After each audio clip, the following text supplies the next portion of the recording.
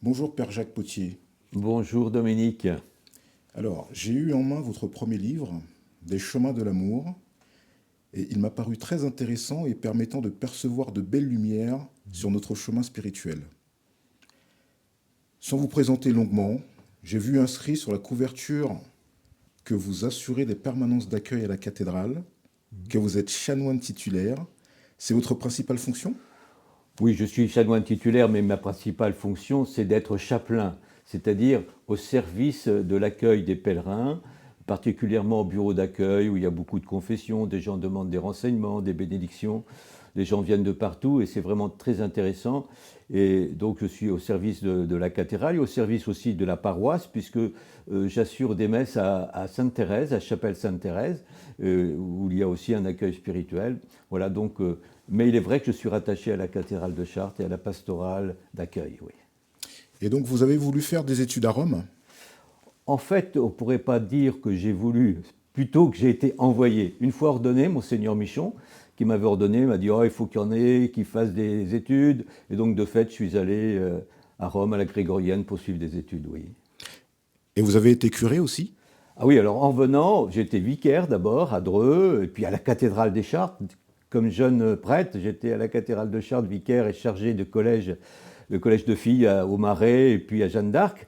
Et ensuite, j'ai été curé, bon, à Jouy, Brou, mais surtout à la fin, plus de 11 ans, j'ai été curé à Annette. Ça a été mon principal poste. Et ensuite, l'évêque m'a demandé de revenir à la cathédrale, à la pastorale, que j'assure actuellement. Oui.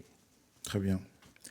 Votre longue expérience sacerdotale de plus de 50 ans nous permettra de goûter votre enseignement, votre partage de la parole. Vous nous présentez votre livre et vous commencez le parcours maintenant? Oui, oui, si vous voulez. Alors, je vais donc partir de ce parcours spirituel et théologique que j'ai écrit il y a quelques années et qui sert de faire des enseignements tout simples. Alors, je vais prendre le parcours tel qu'il est. Ça commence le premier chemin de l'amour de Dieu, c'est faut aller à la source, hein, c'est la Trinité. C'est pas abstrait, c'est une réalité extrêmement intéressante. Alors, sans lire ce qui est dans mon livre, parce que je le possède bien, mais je ferai des références bien sûr. Alors, on est frappé à la cathédrale de Chartres qui a un labyrinthe, donc c'est un parcours. Bon. Et ce parcours aboutit normalement à la rencontre avec Dieu dans le combat spirituel. Je prends le côté évidemment spirituel de ce labyrinthe. Alors, c'est vraiment l'introduction. Et alors, si on va vers Dieu, c'est parce que Dieu est venu déjà vers nous. Et quel est ce Dieu qui est venu vers nous? En fait, c'est un dévoilement, c'est la révélation. On ne peut pas de nous-mêmes découvrir Dieu, sinon qu'il existe par la raison. Mais la révélation, le dévoilement nous dit que ce Dieu qui s'est penché vers nous, alors qu'est-ce qu'on peut dire de ce Dieu d'amour? Allons à la source de la révélation. Et je prendrai une image, vous voyez, parce que on a un œil, par exemple. Je suis frappé que l'œil est capable de découvrir des immensités des espaces, et c'est un tout petit organe. Eh bien, on peut penser que nous-mêmes, par notre petite intelligence, cette immensité de l'amour de Dieu peut nous rejoindre personnellement.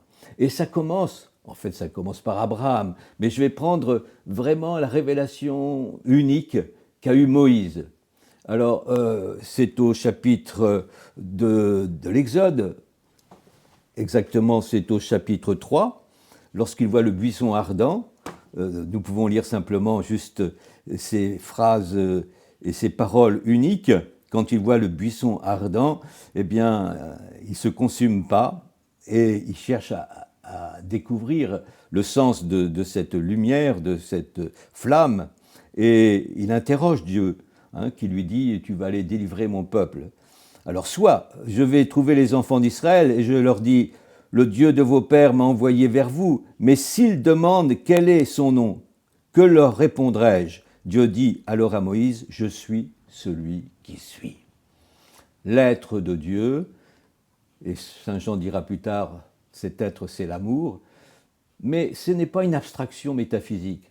Je suis aussi, il y a une autre traduction, je suis celui qui serait, celui auquel tu peux t'appuyer. Et c'est là qu'il peut dire, après, j'ai vu la misère de mon peuple, je me penché vers le Seigneur.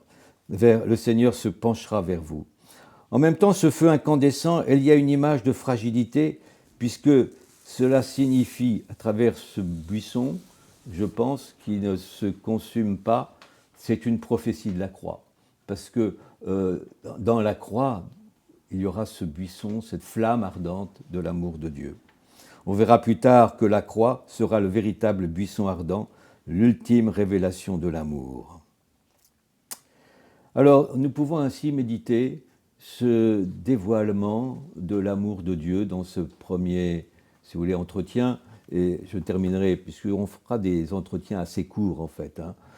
Mais je pense que ces petits flashs de réflexion permettront d'aller plus loin et de goûter, comme vous disiez, la parole de Dieu.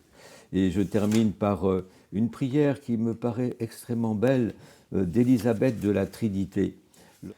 Cette prière d'Élisabeth de la Trinité est très connue. Alors, je vais en lire un extrait. « Ô Trinité que j'adore, aidez-moi à m'oublier entièrement pour m'établir en vous, immobile et paisible, comme si déjà mon âme était dans l'éternité.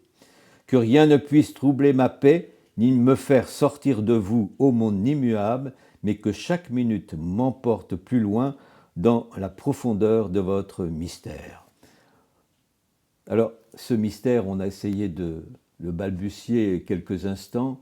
Il faut partir des chemins de l'amour, il faut partir de la source. Il faut partir de ce fait que Dieu s'est révélé, dévoilé. Ce n'est pas par nous-mêmes que nous pouvons découvrir cet amour de Dieu, ce n'est que, en fait, un peu dans la réflexion, certes, la méditation, mais surtout dans une attitude de réception, d'humilité.